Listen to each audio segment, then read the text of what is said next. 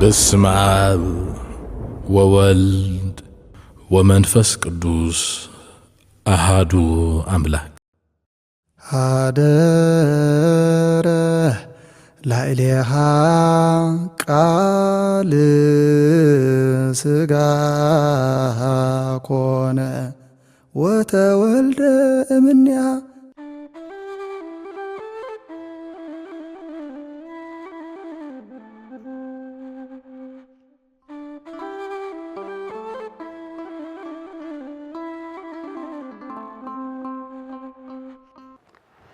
በስመ አብ ወወልድ ወመንፈስ ቅዱስ አሃዱ አምላክ ቅዱስ እግዚአብሔር ዘፍቅረኩም ንእግዚአብሔር እተፍቅሩ ኣብ ቀረባን ኣብ ርሑቕን ኣብ ውሽጥን ኣብ ደገን ኮይንኩም ነዚ መደብ እዚ ኣብ ምክትታል ዘለኹም ክቡራን ህዝበ እግዚአብሔር ብስም እግዚአብሔር ድሓን ደለኹም ኣሜን። ኣብ ሓድነቱ ካልኣይ ኣብ ሰለስትነቱ ራብዓይ ዘይብሉ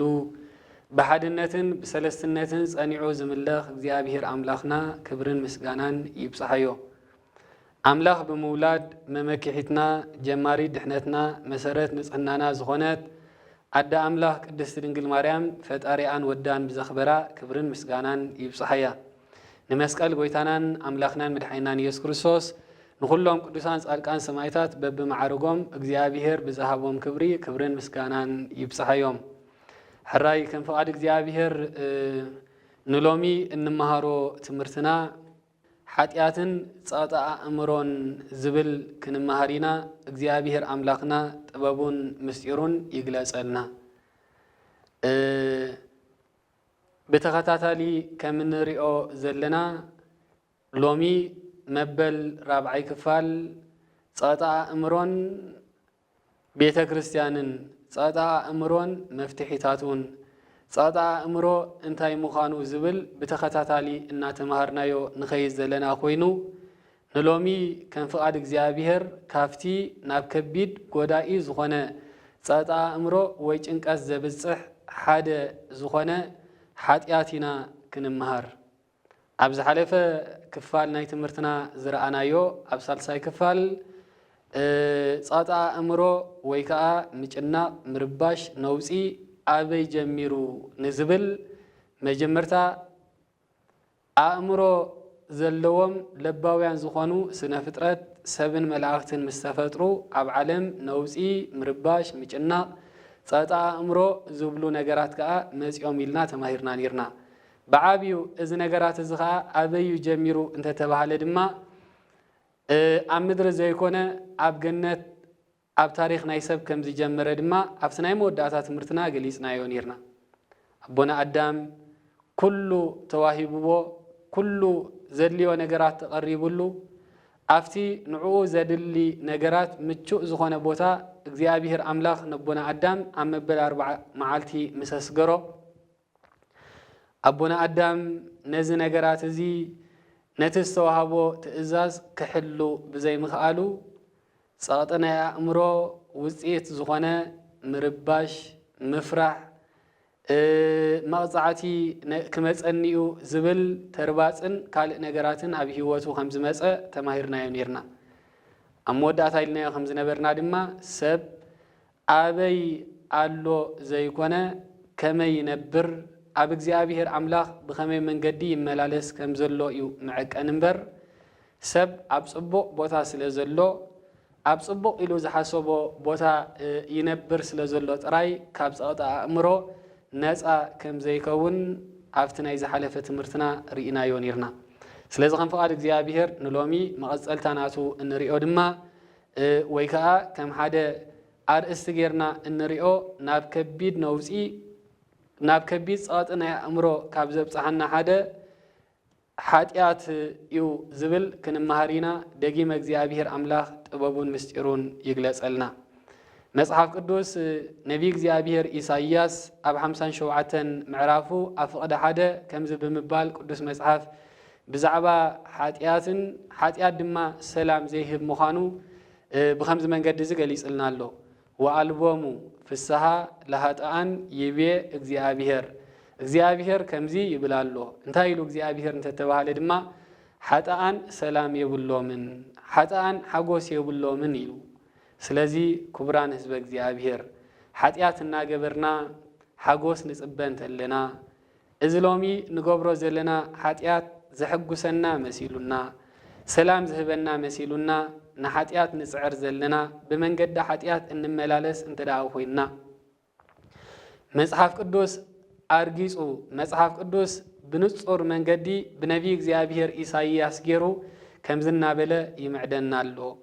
ወአልቦሙ ፍስሐ ለኃጥኣን ይቤ እግዚአብሔር ንሓጣን ሓጎስ የብሎምን እግዚአብሔር ይብል ኣሎ ኢሉ ቅዱስ መጽሐፍ ስለዚ ነቢይ እግዚአብሔር ኢሳይያስ ናይ እግዚአብሔር ቃል ከም ዘለዎ ዝሰነደ ናይ እግዚአብሔር ቃል ከም ዘለዎ ካብ ቃል እግዚአብሔር ሰሚዑ ንህዝቢ ዝአወጀ ናይ እግዚአብሔር ነቢይ ዝተባሃለ ነቢዩ ኢሳይያስ ንሓጣን ሓጎስ ዝበሃል የብሎምን ብምባል ገሊጽዎ ኣሎ ክቡራን ህዝበ እግዚአብሔር ክቡራን ቤተሰብ ናይ እግዚአብሔር ኣብ ህይወትና ክነስተንትኖ ክነስተውዕሎ ዝግባአና ነገር እዚ ክንደዚ ዝኣክል ሓጎስካ ሰላምካ ዝወስድ ዝብትን ዘሎ ሓጢአት እንታይ ስለ ዝኾነ እዩ ናይ ሓጢአት መግለጺ እንታይ ስለ ዝኾነ እዩ እንተተባሃለ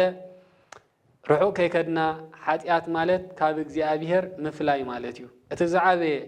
እቲ ዝዓበየ መግለጺ ናይ ሓጢአት እቲ ዝዓበየ መግለጺ ሓጢአት ብብዙሕ መንገዲ ክግለጽ ይኽእል እዩ ኣብዚ ዓለም እዚ ካብ እግዚአብሔር ምማት እዩ ስዕረት እዩ ውርደት እዩ ካልእ ዝተፈላለየ ነገራት ክህልዎ እኳ ዝኽእል እንተኾነ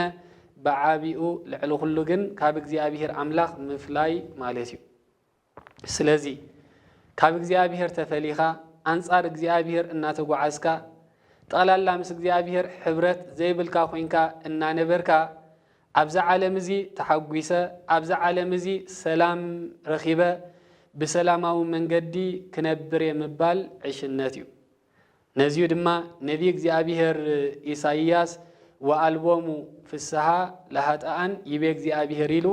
ጠቕላላ ሓጎስ ዝበሃል ሰላም ዝበሃል ካብ እግዚአብሔር ርሒቕካ ከም ዘይርከብ ገሊጽልና ዘሎ ክቡራን ህዝበ እግዚአብሔር ኣብ ዓለም እቲ ዝኸፍአ ነገር ኣብ ዓለም እቲ ዝዓበየ ጸቕጣ እምሮ ዘምጽእ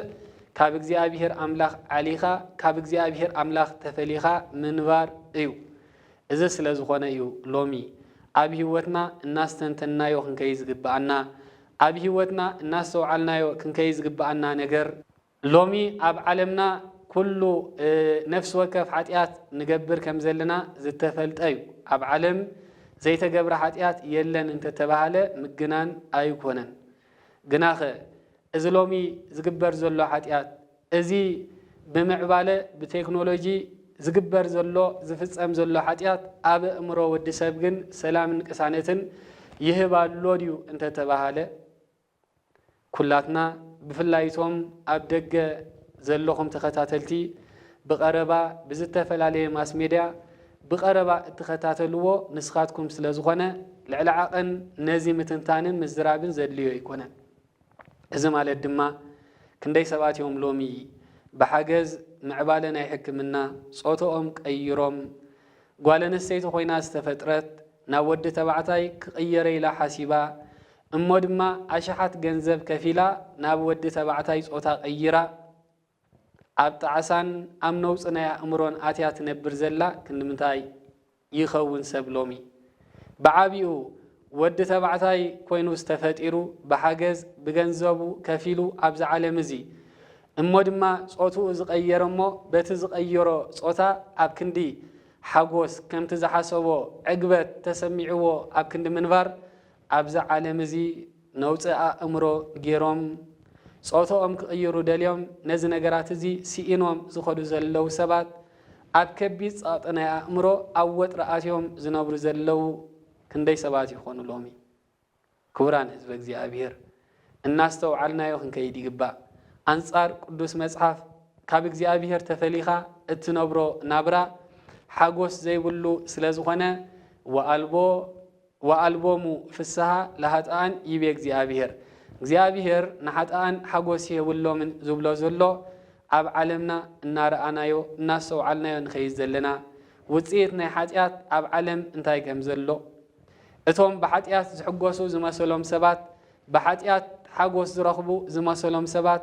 ኣብ ህይወቶም ክሳብ ክንደይ ጸቕጣ ኣእምሮ ገይሮም ይመላለሱ ከም ዘለው ኣብ ማስ ሜድያ ወፂኦም ኣብ ማዕዳ ይኹን ኣብ ካልእ ዝተፈላለዩ ነገራት ኣብ ከቢድ ነውፅናይ ኣእምሮ ከም ዝኣተው ዝገልጽ ጽሑፋት ይኹን ዝተፈላለዩ ቪድዮታት ኣብ ዓለም እናተዘርግሐ ዝኸይድ ዘሎ ናይ መጽሓፍ ቅዱስ ህያው ምስክርን ህያው ኣብነትን እዩ። ኣብ ህይወትና ወልፍታት ይኹን ዝተፈላለዩ ናይ ሓጢኣት ወልፍታት ዘለዎም ሰባት ሓጎስ ነፊግዎም ሓጎስ ካብ ህይወቶም ጠፊኡ ጠቕላላ ኣብዛ ዓለም እዚ ኣእምሮኦም ጸቕጢ ፈጢሮም ዝኸዱ ዘለው ድማ ውሑዳት ኣይኮኑን። ኣብ ቅድስት ቤተ ክርስቲያንና ኣብ ኣቦታትና ኣብ ንስሓ ቀሪቦም ብዙሓት ሰባት ብፍላይ ድማ እዚ ዘጸይፍ ፊልምታት ይኹን ካልእ ነገራት ኣብ ምርኣይ ተጸሚዶም ዝጸንሑ ሰባት እሞ ኣብ ህይወቶም ክንድበት ዝርእይዎ እናተሓጎሱ ዝነብሩ ሓጎስ መሲልዎም ንደቃይቕ ወይ ከዓ ንዝተወሰነ ግዜ ክርእይዎ ይጸንሑ እሞ ድሕሪ ምርኣዮም ክሳብ ክንዲ ምንታይ ኣብ ህይወቶም ጓሂ ይስምዖም ክሳብ ክንደይ ጣዕሳይ ይስምዖም እንተተባሃለ ሎሚ ኣብ ቅድስት ቤተ ክርስቲያንና ይኹን ሎሚ ኣብ ዓለም ንሰባት ኣሳቂዎም ዝነብር ዘሎ ካፍቲ ብዙሕ ንመንፈሳውነትና ዝፈታትነና ዘሎ እሞ ድማ ጌርካዮ ዘየሕጉስ መሊሱ እኳ ኣብ ጸቕጢ ናይ ኣእምሮ ኣብ ጣዕሳ ዘንብር ዘሎ ወልፊ ናይ ጽዩፍ ፊልምታት ይኹን ናይ ካልእ ንዕኡ ዝኣመሰለ ነገራት ምርኣይ ክሳብ ክንደይ ከቢድ ምዃኑ ኣብ ዘመንና ክነሰውዕሎ ኣብ ህይወትና ድማ ወይ ኣብ ካልኦት ህይወት ናይ ሰባት እንሪኦን እንዕዘቦን ዘለና ምዃኑ ክነሰውዕሎ ይግባአና እዩ። ክቡራን ህዝቢ እግዚአብሔር ሰብ ቀቲሉ ሎሚ ዝተሓጎሰ ንሰብ ኣጥፊኡ ንሰብ ኣብ ገጽ ምድሪ ኣልዩ ተሓጊሱ ባሂልዎ ዝነብር ሰብ ኣሎ ድዩ እንተተባሃለ ጠቕላላ ክህሉ ኣይክእልን እዩ። ስለዚ መጽሓፍ ቅዱስ ዝብሎ ዘሎ ነገራት እናስተውዓልናዮ ወአልቦሙ ፍስሓ ለኃጥኣን ይቤ እግዚአብሔር ንሓጥእ ሰብ ብሓጢኣት ንዝመላለስ ሰብ ሓጎስ ዝበሃል የብሉን እኳ ደኣ ኣብ ጸቕጥን ኣብ ጭንቀት ናይ ኣእምሮን ይነብር ዝብሎ ዘሎ ተራ ነገር ስለ ዘይኮነ ቀሊል ነገር ስለ ዘይኮነ ነዚ ነገራት እዚ ኣስተውዒልና ብፍላይ ድማ ሎሚ ሓጢኣት ቀሊልሉ ዘሎ ሎሚ ሓጢኣት ብቐሊሉ ክንገብሮን ክንሪኦን ክንሰምዖን ኣብ ንኽእለሉ ዘለና ዓለም ክንነብር ከለና እዚ ነገራት እዚ ብቐሊል ጀሚርና ኣብ ዝዓበየ ነውፂ ናይ ኣእምሮ ጸቕጢ ናይ ኣእምሮ ጣዕሳ ከየብፅሓና ከሎ ውፅኢት ናይ ሓጢኣት እንታይ ምዃኑ ፈሊጥና ካብዚ ነገራት እዚ ተገቲእና ክንነብር እያ ቅድስት ቤተ ክርስቲያንና። ጸቕጢ ናይ ኣእምሮ ምስ ፈጠርካ ጽባሕ ንጎ ተጣዒስካ ካብ ምንባር ብኣግኡ ናብ ጸቕጢ ናብ ከቢድ ወጥሪ ናብ ከቢድ ጸቕጢ ናብ ከቢድ ጣዕሳ ዘብፅሑና እዚ ንብሎ ዘለና ሓጢኣትን ውፅኢት ናይ ሓጢኣትን ስለ ዝኾነ ነዚ ነገራት እዚ ክነሰውዕሎ እግዚአብሔር ኣምላኽና ኣእምሮና ይኽፈተልና። ኣብ ህይወትና ቀሊል ዝመስለና ነገር ኣብ ህይወትና ቀሊል ዝመስለና ነገር ብሓሶት ምምስካር ብሓሶት ህይወት ሰብ ኣዕኒኻ ካብቲ ዝቐለለ ብሓሶት ምምስካር እሞ ድማ ውፅኢት ብሓሶት ናይ ምምስካር ንእሽተይ መሲልና እንገብሮ እሞ ጽባሕ ንግሆ ዓቢ ዝኾነ ሳዕቤን ክኸትል ህይወት ናይ ሰብ ከበላሹ ሓዳር ናይ ሰብ ከበላሹ ክንርአ ከለና እሞ ድማ እቲ ዝሓሰናዮ ነገር ኣብ መወዳእታ ንዓና ገንዘብ ተኸፊልናሉ ክንከውን ንኽእል ብሓሶት ብምምስካርና ገለ ነገራት ረኺብናሉ ክንከውን ንኽእል ኢና። ኣብ መወዳእታ ግን ኣብ ጣዕሳ ዘነብር ነቶም ብሓሶት መስኪርና ህይወቶም ሓዳሮም ዝዘረግናሎም ሰባት እናረኣና ጸቕጢ ጌርና ክንነብር እንተዘይኮይኑ ተሓጒስና እንነብረሉ ይኮነን። ሰብ ኣብ ህይወቱ ብሓሶት ናብ ቤተ መንግስቲ ከይዱ ናብ ካልእ ዝተፈላለየ ነገር ከይዱ እንተ ደኣ መስኪሩ ሓደ መዓልቲ ይርከብ ዶ ይኸውን ሓደ መዓልቲ ይጽዋዕ ዶ ይኸውን ኢልካ ናይዚ ነገራት እዚ ግዙእ በዚ ነገራት እዚ ድማ ጸቕጢ ፈጢርልካ ከም እትኸይድ እዚ ድማ ውፅኢቱ ቀሊል ስለ ዘይኮነ ኣብ ህይወትና ገና ከይገበርናዮ ከለና ክንጥንቀቐሉ ቅድስት ቤተ ክርስቲያንና ትምህረና ከም ዘላ ኣስተውዒልና እግዚአብሔር ኣምላኽና ንዝብሎ ዘሎ ኣስተውዒልና ጠሚትና ኣብ ህይወትና ካብ ሓጢኣት ተመሊስና ብጽድቅን ብቅድስናን ክንነብር ናይ እግዚአብሔር ኣምላኽና ቅዱስ ፍቃዱ ይኹነልና እዩ። ስለዚህ ክቡራን ህዝበ እግዚአብሔር ኣብ ታሪክ ቤተ ክርስቲያን እሞ ድማ ኣብ ታሪክ ሰብ እዚ ነውፅናያ እምሮ ምጭናቕ ልዕሊ ዓቕምኻ ምፍራሕ ከቢድ ዝኾነ ወጥሪ ኣብ ህይወትካ ምምፃእ ዝብሉ ካብ ኣቦና ኣዳም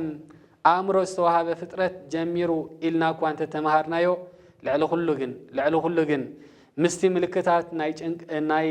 ነውፂ ናይ ኣእምሮ ናይ ጭንቀት ናይ ፀቕጣ ኣእምሮ ተኣሳሲሩ ብጉሉሕ ዝተጀመረ ግን ካብ ናይ ቃየል ታሪክን ትምህርትን ምዃኑ ክነስተውዕሎ ይግባአና እዩ። እዚ ከዓ ኣብ ኦሪት ዘፍጥረት ምዕራፍ 4 ዘሎ ናይ ቃየልን ናይ ኣቤልን ዘሎ ትምህርትን ታሪክን እንተዳ ዝተውዒልናዮ ሓጢአት ክሳብ ክንደይ ኣብዚ ዓለም እዚ ነውፅ ምዃኑ ሓጢአት ኣብዚ ዓለም እዚ ሓጎስ ዘይኮነ ነውፅ ዝፈጥር ምዃኑ ፀቕጢ ናይ ኣእምሮ ዝፈጥር ምዃኑ በዚ ናይ ቃየል ትምህርቲ ጌርና ክንሪኦ ንኽእል ኢና እሞ እግዚኣብሔር ኣምላኽና ምስ ውዓሉ ይዓድለና። ቃየል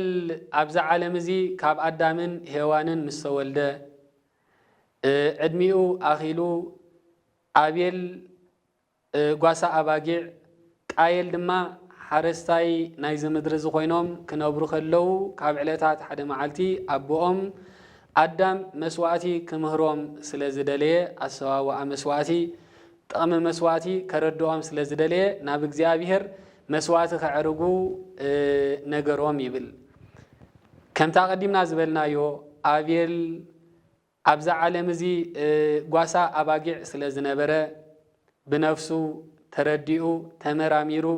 እግዚአብሔር ንጹህ እሞ ንጹህ ነገር ድማ ከተቅርበሉ ይፈቱ እዩ ኢሉ ካፍተን ዝሰባሓን ዝጸበቀትን በጊዕ ወሲዱ ንእግዚአብሔር አምላክ መስዋዕቲ አዕሪቡ ይብል። ቃየል በአንጻሩ እግዚአብሔር ንጹህ ምዃኑ ንጹህ ነገር ድማ ምቅባል ከም ዝፈቱ ንእግዚአብሔር ብንጽህና መስዋዕቲ ክትዕርገሉ ከም ዘለካ ሰአን ምስትውዓል ካፍቲ ክርዳድ ምስቲ ጸጽብቁ ክርዳድ ወሳሲኹ እግዚአብሔር መዓስ ይበልዕ ይሰት ኾኑ ኢሉ ንእግዚአብሔር አምላክ ዝዕረጎ መስዋዕቲ ዘይቅቡልን ብዓብይ ድማ ክርዳድ ዝተሐወሶ ዘይንጹህ ነይሩ ይብል። ኣብዚ እዋን እዚ እግዚአብሔር አምላክ ናፍቲ መስዋዕቲ ክጥምት ከሎ ወነጸረ እግዚአብሔር ላኢለ አቤል ወላኢለ መስዋዕቱ ይብል። መጀመርታ እግዚአብሔር ንአቤል ጠሚትዎ ንአቤል ጠሚትዎ ማለት ድማ ብኸመይ መንገዲ መስዋዕቲ ከም ዝዕረገ ንጽህና ናይ ልቡ ንጽህና ሓሳባት ንጽህንኡ ምስራየ በዚ መንገዲ እዚ ድማ ንናይ አቤል መስዋዕቲ ባሂልዎ እግዚአብሔር ጠመተ ይብል። በአንጻሩ ወነጸረ እግዚአብሔር ላኢለ ቃየል ወላኢለ መስዋዕቱ ከም ዝብል መጀመርታ እግዚአብሔር ንቃየል ጠመቶ ይብል። ክፍአት ናይ ልቡ ዘይንጹህ ሓሳባቱ ምስራየ ድማ ነቲ መስዋዕቱ ባህ ኢልዎ ኣይረአዮን ይብል። ኣብዚ እዋን እዚ ቃየል ሓዘነ ይብል። ኣብዚ እግዚአብሔር አምላክ ንቃየል ከምዚ ኢሉ ሓቲትዎ ወይቤሎ እግዚአብሔር ለቃየል ለምን ትተሐዝን እግዚአብሔር ንቃየል ንምንታይ ተሐዝን ኣለኻ ኢሉ ሓቲትዎ ወለምንት ወድቀ ገጸከ ንምንታይ ከልቦናኻ ብሓዘን ተመልአ ኢልዎ ወደቀ በገጽከ ይብል ንምንታይ ክሳድካ ደፊእኻ ትረአ ኣለኻ ብምባል ክሓቶ ጀሚሩ ብንጽህና እንተተቐርብ ንጹህ ሓሳባት እንተዝህልወካ ውሽጥኻ ንጹህ እንተትኸውን ነይሩሲ ኣብዚ ተኪስካ ሓዚንካ ኣይምተረኣኻን ነርካ ክብሎ ጀሚሩ ይብል። ስለዚ ቃየል በዚ ምኽንያት እዚ ኣብ ልዕሊ ሓዉ ኣቤል ቃየል ኣብ ልዕሊ ሓዉ ኣቤል ቅንኣትን ጽልኣትን ክሕዞ ጀመረ ይብል። መተርጉማን ኣቦታትና ቅድስቲ ቤተ ክርስቲያንና ናይ ቃየልን ናይ ኣቤልን በኣሲ እዚ ጥራይ ዘይኮነ ብዓብዩ ኣቐዲሙ እዞም ክልተ ዕድሚኦም ምስ ኣኸለ ናሁ ወርዘው ደጭቅች ምስ በላ ኣካለ መጠን በፂሖም እዮም ደቅኽሞ ኣዳም ሄዋን ማለት እዩ ክነሕፅዮም ምስ በለ ማንታ ምስ ቃየል ዝነበረት ሉድ ዝተባሃለት ምልክዕኛ መንታ ኣቤል ዝነበረት ድማ ኣቅሌማ ትበሃል ከም ዝነበረት እሞ በዚ ከዓ ካብዘን ክልተ ብመልክዕ ጽብቕ ኢላ እትርአ ድማ ሉድ ነበረት ይብል። ኣብዚ ግዜ እዚ ኣቦና ኣዳም ጽባሕ ንግሆ እትስራዕ ሕጊ ክልቲኦም أحوات أي مرعو زبل حقي كم زمز فليتو متان بحد معالتي زتولدو كابن مرعو ومسي معالتي زفلا ليوم انت مرعنا يوم يحيش بمبال اتا بملكع صبق زبلت لود ناب آبيل اتا حانتا أكلي ما دما نقايل كم توهب قبر يبل أبز جزيزي بزح حزن يبل مجمرتا بمسواتي እግዚአብሔር መስዋዕተ አቤል ተቀበሉ መስዋዕቱ ስለዚህ ተቀበለሉ አብዝ ድማ እታ ጽብቕት ኢሉ ዝሐስባ ዝነበረ ምስኡመንታ ዝነበረ ድማ ናብ አቤል ክትዋሃብ ከላ ምስራየ አዝዩ ሓዚኑ ተጨኒዑ ወፂኡ ክኸይድ ከሎ ሰይጣን ጸላኢ ሰናያት ዲያብሎስ ኣብ መንገዲ ረኸቦ ምንት ያቴክ ዘከ ኦ አዛል አንታ ጎበዝ እንታይ ይሕዝነካሎ ኢሉ ሓተቶ ይብል ከም ሰብ ተመሲሉ ከም በዓል ጽቡቕ ተመሲሉ ንሱ ድማ ቃየል ድማ አቦይ እንተኾነ እንተዳለወ ናብ ሓወይ እግዚአብሔር እንተኾነ ድማ ንሓወይ አዳልዩ እግዚአብሔር እንተኾነ መስዋዕቲ ናይ ሓወይ ተቀቢሉ ናተይ መስዋዕቲ ኣይተቀበሎን አቦይ እንተኾነ ድማ እታ ዝጸበቐት ሓፍተይ ካባይ ወሲዱ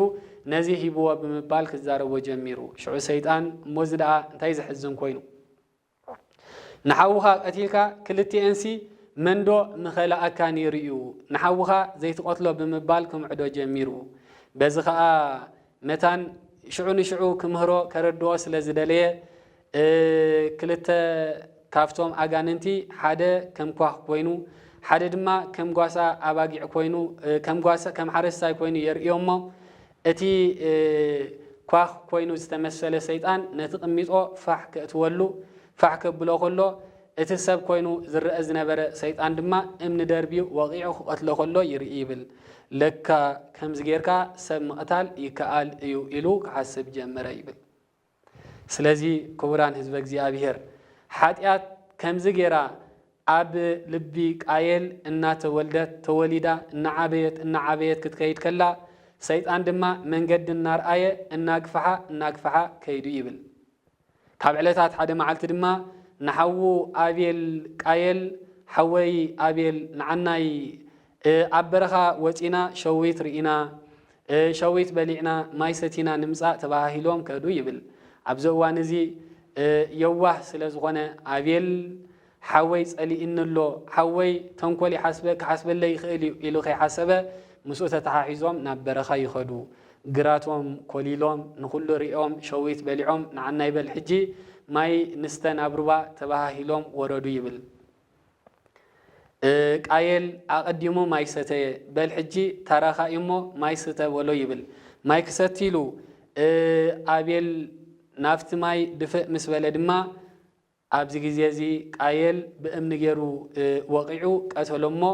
بز وانز دما شعو آبيل موتا يبل እግዚአብሔር ፈጽሙ ነቃየል አይ ጨከነሉን ይብል ከመልሶ ስለዝደለየ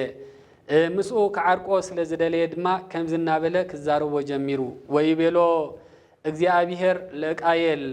አይቴ ውእቱ አቤል እሁከ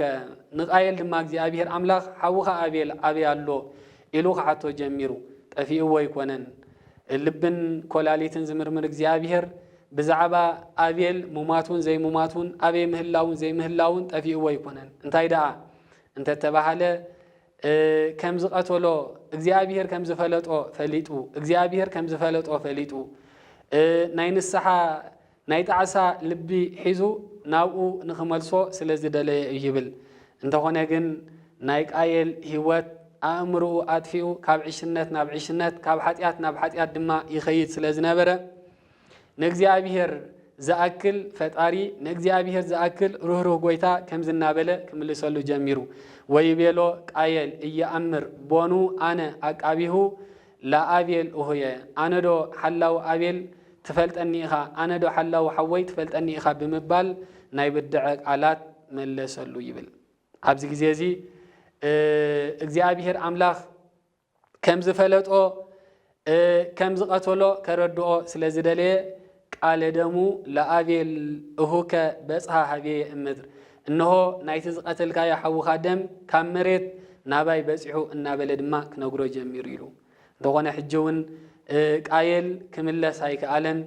بز من قد زدما እግዚአብሔር አምላክ አብዛ ዓለም እዚ إذا إسخا تسعرا زلخا دم آبيل زستيت مدري نسخا تسعرا نسخا كدخم اللايخا انتقونا جنا تقلالا فرز بحال أي كتب كانيا بسنكخا رقم تقتكون يا إلو كروغ مجمع يبل لومي سبز تقتلو دم سبز فصوصو مريت زري خايو أي بقولنيو تباهلو زنقرلو دما بز تمرتزي بز منقد زيو زتزرع دم سبز فصوصو مريت تزريو أي بقولنيو نمنتاي انت تبعل دما እግዚአብሔር አምላክ በخمس መንገድ እዚ ነዚ መርገም ስለዝገበረሉ ተባሂሉ ይግለጽ እዚ ምስበሎ ድማ ነዛ ምድር እዚኣ እስኻ ጻዕርኻ ብላሽ ክኸውን እዩ ምስበሎ እዚ ጥራይ ኢሉ ድማ ስቃይ በለን እንታይ ዳ ካብ ሕጅንንዮ ኣብዛ ዓለም እዚ መቕባሕባሕን ሰንባድን ኮይንካ እዚ ተንከፈካ ዘህደመካ ዘየለ ድማ ኣብዚ ምድር እዚ እናሃደምካ ክትነበር ኢኻ ብምባል ርኡደ ወድንጉፀ ኩን ላኢለ ምድር ኣብዛ ዓለም እዚ እናባህረርካ ንበር ቦሎ ይብል ወይቤሎ ቃየል ለእግዚአብሔር ኃጢአተይ ክሳብ ክንዲ ዝዶ ከቢድ እዩ እዚ ንስኻ ፈሪድካዮ ዘለኻ ድማ ኣዝዩ ከቢድ እዩ እናበለ ኣብ ክንዲ ምንሳሕ ጠቕላላ ናይ ንስሓ ዝበሃል ፍረ ከየፍረ ክሳብ ዕለተ ሞቱ ክጸንሕ ክኢሉ ይብል እግዚአብሔር ካብኮም ይሰውረና ስለዚ ቃየል ኣብዛ ዓለም እዚ ኃጢአት ብምግባሩ እንታይ ይምጽኡ እንታይ ረኺብዎ እንተተባሃለ ርኡደ ወድንጉፀ ኩን ላኢለ ምድር ኣብዚ ምድር እዚ እናባህረርካ ሰንባድ ኮይንካ መቕባሕባሕ ኮይንካ ንበር ተባሂሉ ተገሊጽዎ ኢሉ ስለዚ ቃየል እውን ባዕሉ ገሊጽዎ ከም ዘሎ ናሁ ታወፅኣኒ ምድር እንሆ ካብዚ ምድር እዚ ተሰጎኒ ኣለኻ ኢሉ እምቅድመ ገጽከ እትሃባእኑ ካብ ፍቕርኻ ተፈሌዶ ክነብር ካብ ፍቕርኻ ዶ ፈለኻኒ እናበለ ክዛረብ ጀሚሩ ኢሉ ወእከውን ርኡደ ወድንጉፀ በዲበ ምድር ብሰንኪ ኃጢአተይ ኣብዛ ዓለም እዚ እናባህረርኩ መቕባሕባሕ ኮይነ ሰንባድ ኮይነ ክነብር ብምባል ክዛረብ ጀሚሩ ኢሉ ወኩሉ ዘረከበኒ ይቀትለኒ ካብ ሕጅንኔ ድማ ዝረኸበኒ ዘበለ ሰብ ኩሉ ክቐትለኒዩ እናበለ ኣብዛ ዓለም እዚ ኣዝዩ እግዚአብሔር አምላክ እኳ ንቃየል እንታይ ኢልዎ እዩ መታን ዝረኸበካ ዘበለ ሰብ ከይቀትለካ ምልክት ገይረልካ ኣለኹ እናበለ ቃየል ግን ዝረኸቦ ዘበለ ሰብ ዝቆትሎ ይመስሎ ነይሩ ኢሉ ሰብ ኢሉ ኣብቲ ትርጓሜ ንቃየል ጠቕላላ ክቆትሎ ኢሉ ዝሓሰቦ ሰብ ኣይነበረን ኢሉ ንዕኡ ግን ብሰንክቲ ኃጢአቱ ብሰንክቲ ኣብ እምርኡ ፈጢርዎ ዝነበረ ጸቕጥ ግን ዝረኸቦ ሰብ ዝቆትሎ ዘሎ እናመሰለ ክብህርር ካሃድም ጀመረ ይብል ስለዚ ክቡራን ህዝበ እግዚአብሔር ካብዚ ታሪኽ እዚ እንታይና ንመሃር ዘለና ካብዚ ናይ ቃየል ዛንታ እንታይና ንርኢ ዘለና እንተተባሃለ ውፅኢት ናይ ኃጢአት ኣብዛ ዓለም እዚ ሓጎስ ዘይኮነ እኳ ደኣ ኣብ ዓለም እናባህረርካ ኣብ ዓለም እናተጨነቅካ ኣብ ዓለም ዝሰጎጎካ ዘይብሉ እናተሰጎግካ ምንባር ምዃኑ በዚ ታሪኽ እዚ እንመሃሮ በዚ ታሪኽ እዚ እንሪኦ ዘለና እሞ እግዚአብሔር አምላክና ጥበቡን ምስጢሩን ዓዲሉ ጽባሕ ንጎ እናተጨነቅካ እናባህረርካ ከምንባር ሎሚ ንኃጢአት ንዕቕና ካብ ኃጢአት ተሓሊና ክነብር ምስውዓሉ ይዓድለና ስለዚ ክቡራን ህዝበ እግዚአብሔር ቃየል ንሓዋ ኣቤል ዝቐተለ ንምንታይ ዕላማ እዩ እንተተባሃለ ንክልቲአን ኣሕዋቱ ንሱ ወሲዱ መንጢሉ ተሓጒሱ ንክነብር እዩ ነይሩ ግን ከምኡ ጋጢሙ ድዩ ግን ከምኡ ደኺቡ ድዩ እንተተባሃለ ይትረፍዶ ክሕጎስ ኣብዛ ዓለም እዚ እኳ ነዚ ናይዛ ዓለም ዝናብራ ጠቕላላ ከየስተማቐሮ ሰላም ዝበሃል ከይረኸበ መቕባሕባሕን ባህራርን ሰንባድን ዝረኽቦ ዘበለ ሰብ ድማ ዝቆትሎ ዘሎ እናመሰሎ እናተጨነቐ ነዚ ዓለም እዚ ወዲእዋ ኢሉ ቅዱስ መጽሓፍ ስለዚ ካብዚ ዝኸፍእ ነገር እንታይ ኣሎ ሎሚ ኣብ ህይወቱ ዝተጨነቐ ሰብ ካብቲ ዘርእዮ ምልክታት እንታይ እዩ ዝጎዮ ዘይብሉ በዚ ክጎዩኒ ሓዲሮም ይብል ዝተረኣዮ ነገር ዘየለ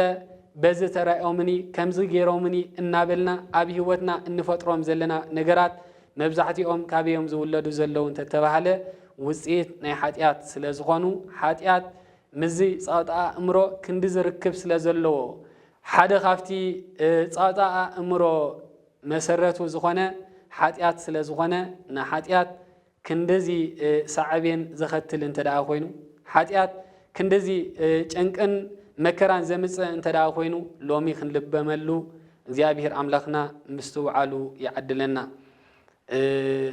كمزناي قايل كنريو صنحنا سب قتيلو لومو حغوس زخيل يلن يلنا استمهارنا يدما نزيو سب زاكلات فيها تحغيسه خنبره سب زاكلات فيه اتناتو هابتي اتناتو ነገራት ኩሉ ወሲደ አነ ሕጉስ ኮይነ ክነብረ ንብል እንተ ዳኣ ኮይና ዕሽነት ምዃኑ ፈሊጥና ጽባሕ ንጎ ካብ ከቢድ ጻጣ አእምሮ ክንድሕን ሎሚ ኣብ ህይወትና እዚ ነገራት እዚ ኣቋሪጽናዮ ክነብር እግዚአብሔር አምላኽ ምስ ውዓሉ ይዓድለና ቅጽላ ቢሉ ኣብ መጽሐፈ ኢዮብ ምዕራፍ 15 ፍቅዲ 20 ከምዚ ብምባል ደጊሙ መጽሐፍ ቅዱስ ይምዕደና ክፉእ ሰብ ሙሉእ ዕድሚኡ ጨካን ድማ ብኩሉ ዘመን ህይወቱ እናተጨነቀ ይነብር ይብል አቡና ኢዮብ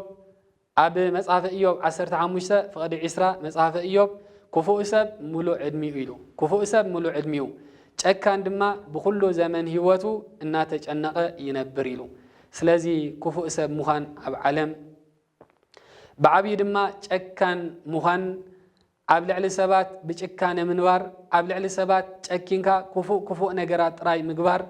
كفو سب كوينكا دما صبو زي تحسب صبو زي تجبر انت دا تخون كوينكا تايز بزول قدس مصحف كفو سب ملو عدميو تشكان دما بكل زمن هيوتو ناتجنقه ينبر يبل سلازي وصيتنا حاتيات كبران حزب እግዚአብሔር እዚዩ وصيتنا حاتيات እዚዩ ኣብ ታሪክ ቤተክርስቲያንና ጨካናት ዝነበሩ ኣብ ታሪክ ቤተክርስቲያንና መወዳድርቲ ብጭካነ ዘይነበሮም كم بعل نجوس نابوكادنصر كم بعل نجوس هيروس أب هيوتهم أب تاريخهم أنت يوم رخيبهم أنت تبهله كبيد نوصا أمره كبيد إنكي نا أمره سحيتهم كسب قاليهم ناب إنساس تلوتو قاليهم دما صاتنا أمره كبيدهم هيوتهم أمره سينهم نجزا أكلاتهم النابلعو زفز أمو نجستاتهم زوم تكانات نجستات تباهلهم عن مصحف قدوس تصحيفهم زلومو እግዚአብሔር አምላኽና ካብኮም ይሰውረና ኣብ ትርጓሜ ወንጌል ማቴዎስ ምዕራፍ 14 ናይ ሄሮስ እንተ ዳአሪናዮ ሄሮስ ኃጢያቱ እንታይ ነሩ መጀመርታን ተተባሃለ ምስ ዮሐንስ መጥምቀ መለኮት እንታይ ዘራኽቦም እንተ ተባሃለ በመጀመርታ ዮሐንስ መጥምቀ መለኮት ንጉስ ዩ ክቡር ዩ ኢሉ ከይሐሰበ ኒሄሮስ ይዝልፎ ይግስጾ ኔሩ እንታይ ስለዚ ገበረ እንተ ተባሃለ ድማ ንጉስ ሄሮስ ሰይተሐዉ ሰይተ ፊልጶስ ይምነያ ይብህጋ ስለዚ ነበረ በዚ ምክንያት እዚ ድማ ዮሐንስ መጥምቀ መለኮት ኦ ሄሮስ ይደልወከ ታውስ በሲተ እሁከ ፊልጶስ ኦ ሄሮስ ሰይተሐውኻ ፊልጶስ ክትምነያ ክትብህጋ አይግባአካን እዩ እናበለ ደጋጊሙ ይምዕዶ ይመኽሮ ነበረ ይብል انتقنا جن مسمع سلزة أبيو نزا قال هيروس كأتوا كمرعوا يدلنا برا كعلتات عدا معلت دما قال هيروديادا مس أديات ماخيرا أمناي هيروس معلت لده ترخيبا بزي كسعسع جمرتي بال بوت عقيسو دما انت خجبر الكسكا كساب فرق إيش متى يكون تخونه كساب فرق منقص النتى يكون تخونه انت لمينكني كهبكي بمبال تزاربا يبل انت خونه جن انتاي كمتبل انتاي كمتلمن اقديما مسديا مخيرا ادي ادما كمز انتاي لكي كمز بليو الى كل نجر تداليو سلازنبر دما مالت فرق منقستنت إلوني إلى كوانت خدتا فرق منقستنت دا انتاي كعبسلنا صباح نقو نعون السخي تمرعخي نقستو خينكي كله ملو اتسلطان نرخبو دا يكونن سلازي نهروس انتاي بليو إلا بصحالي رئسي يوحنس قريسكا بصحالي غيركا حابني إلكي بز مخنيات نعو انت دا تقتلو فرق منقسنت يكونن ملو منقسنت اب إدنا كآتو دا يكونن بمبال مخرطا يبل نسادما نهروس انبار أنا ظلمنا نجر كلا أيقونن رئيسي يوحنس متمك أملكوت قريسكا بصحة غيركا حبن بمبال كم زتزاربتو قدوس مصحف يجلس سلازي أبز أوانزي التاريخ نمحصار أبز أوانزي رئيسي يوحنس متمك أملكوت قريسو حبا يبل إذن أب كمزي كبيز وخنا حاتيات مدما نعابي نصادق سب زقتلا أدن قوالن انتاي كوينن انت تباهله ተተሓሒዘን እናኸዳ ከለዋ እታ ኣደ ምድሪ ኣፋ ኸፊታ ወሓጠታ ይብል እግዚኣብሔር ካብkom ይሰውረና እታ ጓል ድማ ኣደ ኢላ ብኢዳ ክስሕባ ክትብል ሓንቲ ኢድ ናይ ኣዲኣ ጥራይ ሒዛ ተረፈት ይብል በዚ ኣእምሮ ኣስሒታ ከም ባሓድሽ ናብ ሄሮስ ኸይዳ ኦ ሄሮስ እይደልወከ ታውስ ብእሲተ እሁከ እናበለት ሰይተሓውኻ ክትእቱ ኣይግባእካን እናበለት ክዝልፍ ጀሚራ ኢሉ ብቐደሙ ዘይከውን ነገር መኺርኪ ኣብ ሞት ኣብ ቅትለት ኣብፅሕክኒ ሕጂ ድማ ከምዚ ትብልለኺ ኢሉ ንዓኣ ድማ ክሳዳ ቆሪፁ ኣጥፍኣ ይብል ሄሮስ መጀመርታ ዓብይን ጻድቕን ቀቲሉ መሊሱ ድማ ካብ ሓጢኣት ናብ ሓጢኣት ክኸይድ ጀመረ ይብል ንሱኸ እንታይ ኮይኑ እንተተባሃለ እንታይ ኮይኑ ሄሮስ እንታይ ኣጋጢሞ እንተተባሃለ ክቡራን ህዝበ እግዚኣብሔር ውፅኢት ናይ ሓጢኣት ክነስተውዕሎ ይግባእ ውፅኢት ናይ ሓጢኣት ክሳብ ክንደይ ከቢድ ምዃኑ ክንርድኦን ክንመሃሮን ይግባኣና እዩ ሄሮስ ድማ ሓሙኡ ኣርጣ ዝተባሃለ እዩ ነይሩ ንጓለይ ዘመውቲ እናኣከበ ኣቕኒኡ ዘሸግራን ዘጨንቃን ዘሎ እዚ ዶ ይኮነን ብምባል ሰራዊት ኣኽቲቱ ንሄሮስ ክዋግኦ ይመጽእ ይብል ኣብዚ ዘመን እዚ ዝነበረ ንጉሰ ነገስ ንኹሉ ጠርኒፉ ሒዙ ዝነበረ ቄሳር እዩ ንምንታዩ ኣርጣ ክዋጋ ኢሉ ዝመጽእ ዘሎ ኢሉ ምስ ሓተተ ብምኽንያት ሄሮስ ናይ ዝሙት መንፈስ ገይሩ ንሰበይቱ ንጓሉ ከምዚ ስለ ዝገብረሉ ዘሎ በዚ ምኽንያት እዚ ክዋጋ ይመጽእ ኣሎ ኢሎም ነገርዎ ይብል ኣሃ መንግስትነተይ ዝድፈር ዘሎ በዚ ንጉስ ወይ ከዓ በዚ ሄሮስ ዶ ኣይኮነን ንዑ ሒዝኩም ኣምጽዎ ብምባል ንዑ ኣሲሩ ኣብ ቤት ማእሰርቲ ገበሮ ይብል ኣብ ቤት ማእሰርቲ ምስ ኣተወ ሄሮስ በቲ ዝገብሮ ዝነበረ ተጨኒቑ ኣብ መወዳእታ ኣእምርኡ ስሒቱ ኢሉ ትርጓሜ ወንጌል ማቴዎስ 14 ሄሮስ ኣእምርኡ ስሒቱ ብገዛእ ኣካሉ ንገዛእ ኣካሉ እናመንጨተ ካብ ገዛእ ኣካሉ እናበልዐ ክፉእ ዝኾነ ኣማውታ ሓሲኹ ክሳዕ ሙማት በፂሑ ይብል እግዚኣብሔር ካብኩም ይሰውረና ስለዚ ሄሮስ ብንእሽተይ ንሰበይቲ ሓዉ ሰይቲ ፊልጶስ ተመንዩ እዛ ምምናይ እዚኣ ድማ ኣብ ዓቢ ቅትለት ናይ ዮሃንስ መጥምቀ መለኮት ኣብፂሓቶ ብድሕሪ እዚ ድማ ንጓል ሄሮድያዳ ኣቕቲልዋ እዚ ጥራይ ዘይኮነ ድማ ኣብ መወዳእታ ኣእምርኡ ስሒቱ ተጨኒቑ ንገዛእ ኣካሉ እናበልዐ ሓሲኹ ክሳዕ ሙማት በፂሑ ይብል ስለዚ ክቡራን ህዝበ እግዚኣብሔር ክፉእ ሰብ ሙሉእ ዕድሚኡ ጨካን ድማ ብኩሉ ዘመን ህይወቱ እናተጨነቐ ይነብር መጽሓፈ ኢዮብ 15:20 ስለዚ ሄሮስ ብጨካንነቶም ካብ ዝፍለጡ ነገስታት ናይ ዝዓለም እዚ ሓደ ዝነበረ ሄሮስ ድማ ኣብ ህይወቱ ክንደዚ ዝኣክል ሓጢኣት ምስ ፈጸመ ብሓጢኣት ክመላለስ ምጀመረ እዚ ኸቢድ ዝኾነ ሳዕቤን ኣብ ህይወቱ ኣኸቲሉሉ ንጻድቕ ሰብ ኣቕቲሉ ንሄሮድያዳ ንሰበይቲ ፊልጶስ ወሲዱ ንዓኣ ተመሪዑ ከቢሩ ዝነብር ተሓጒሱ ዝነበረ ዝመስሎ ዝነበረ ኣብ መወዳእታ ግን ከምኡ ይገጠሞን ኣብ መወዳእታ ግን ከምኡ ይረኸበን እንታይ ረኺቡ እንተተባሃለ ኣእምሮኻ ስሒትካ ምንዋፅ ኣእምሮኻ ስሒትካ ብገዛእ ኣካልካ ንህይወትካ እናበላዕካ ምንባር ኣዝዩ ክፉእ ዝኾነ ሕሱም ዝኾነ ሞት ክሳዕ ሙማት ኣብፅሕዎ ክቡራን ህዝበ እግዚኣብሔር ንእሽተይ ብዝመስለና ሓጢኣት ንእሽተይ ብዝመስለና ትምኒት ናይ ሓጢኣት ተደፋፊእና ኣብ ዓቢ ዝኾነ ከቢድ ዝኾነ ወጥሪ ናይ ኣእምሮ ፃውጢ ናይ ኣእምሮ ምእንቲ ከይንበፅሕ እዩ ሎሚ እዚ ትምህርቲ እዚ እዚ ታሪክ እዚ ዝመሃረና ዘሎ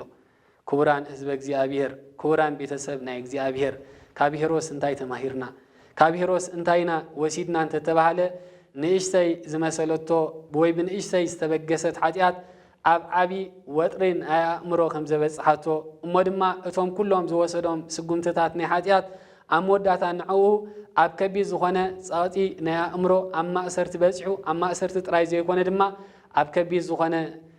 ጸቕጢ ናይ ኣእምሮ ከም ዘብፅሖ ንሕና ድማ ሎሚ ቀሊል ዝመስለና ብቐሊል ዝበግሰና ዘሎ ሓጢኣት ኣብ ከቢድ ዝኾነ ሓጢኣት ኣብፂሑ እሞ ድማ ጽባሕ ንጎ ክንትንስኦ ኣብ ዘይንኽእል ደረጃ ምእንቲ ከይንበፅሕ ካብ ሓጢኣት ዝብልዎ ርሒቕና ካብ ሓጢኣት ተኣሊና ክንነብር እግዚአብሔር አምላክ ኣብዚ ዕለት እዚ ምሂሩናን አስተምሂሩናን ኣሎ እሞ ካብዛ ሓጢኣት እዚ ርሒቕና ኣእምሮና ሰላምን ቅሳነትን ሰፊንዎ ክነብር ናይ እግዚአብሔር አምላኽና ቅዱስ ፍቃዱ ይኹነልና። ስለዚ ክቡራን ህዝበ እግዚአብሔር ኣብ ዝመጽእ ዘሎ ትምህርትና ኃጢአትን ጻጢ ኣእምሮ ዝብልን ዘሎ ንእሽተይ መቐጸልታ ጌርና ናብ ዝቕጽል ትምህርትና ክንሰግር ኢና። እዚ ኃጢአትን ጻጢ ኣእምሮ ዝብል ዘሎ ትምህርትና ግን ኣብ ዝመጽእ ዘሎ መቐጸልታ ናቱ ኣብ ህይወትና ብኸመይ መንገዲ ካብዚ ጻጢ ኣእምሮን ኃጢአትን ከም እንገላገል ብዓብይ ድማ እዚ ጻጢ ኣእምሮ ቃል እግዚአብሔር እናሰማዕካውን ኃጢአት እናገበርካ ቃል እግዚአብሔር ምስማዕ ክሳብ ክንደይ ስቃይ ምዃኑ ኣብ ዝመጽእ ዘሎ ትምህርትና ክንሪኦ ኢና። እግዚአብሔር አምላኽ ንዓና ተስተውዕለ ኣእምሮ ይዓድለና፣ ንኹላትና ሰላምን ቅሳነትን ዘለዎ ኣእምሮ ክዕድለና ናቱ ቅዱስ ፍቃዱ ይኹነልና። ዝሰማዕናዮ ዝተምሃርናዮ ኩሉ ኣብ ልብና ይሕድረልና። ስብሐት ለእግዚአብሔር ልዑል ወለወላዲቱ ማርያም ድንግል ወለመስቀሉ ክቡር ወሃያል አሜን።